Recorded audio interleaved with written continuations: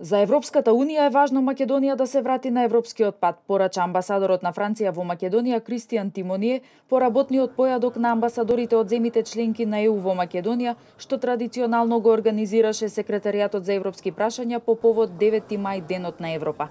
Во однос на доделувањето на мандатот за формирање влада, Тимоние истакна дека одлуката е во рацете на председателот на државата Ѓорѓе Иванов. Тој е одговорен државник и јас сум целосно убеден дека тој ќе действува така.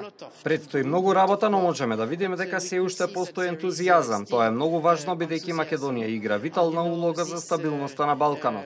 Интеграцијата на Балканот ќе биде потврда за успехот на Европската унија.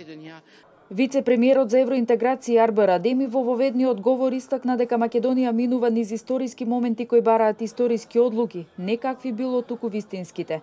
Адеми порача дека е време и должност на политичарите да стават крај на магепсниот круг на кризата и да се насочат во спротивен правец и што поскоро да се избере реформски ориентирана влада, која веднаш треба да се соочи со многуте предизвици и да обезбеди институционални капацитети за реформскиот процес. Вице-премиерот потенцираше дека нема друга алтернатива за земјава надвор од ЕУ интеграциите.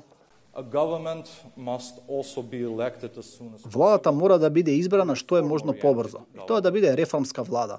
Штом ќе биде избрана, таа ќе се соочи со многу предизвици кои бараат многу внимание, знаење, почит и совети од нашите партнери во овој процес.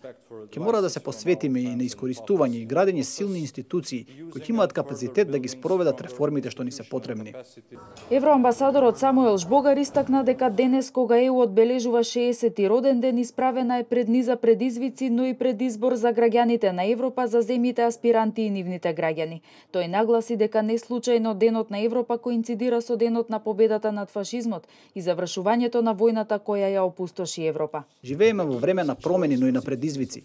Затоа, секој од нашите членки, но и земјите од Западен Балкан, како идни членки и нивните жители, треба да направат избор како ќе се справат со овие промени и со овие предизвици. Поранешниот француски министер за надворешни работи Роберт Шуман на 9 мај 1950 година го презентираше предлогот за создавање организирана Европа како опција за одржување на мирот на европскиот континент, кој што беше разурнат од војните. Предлогот, познат како Шуманова декларација, се смета за почеток на формирањето на она што денеска го знаеме како Европска унија.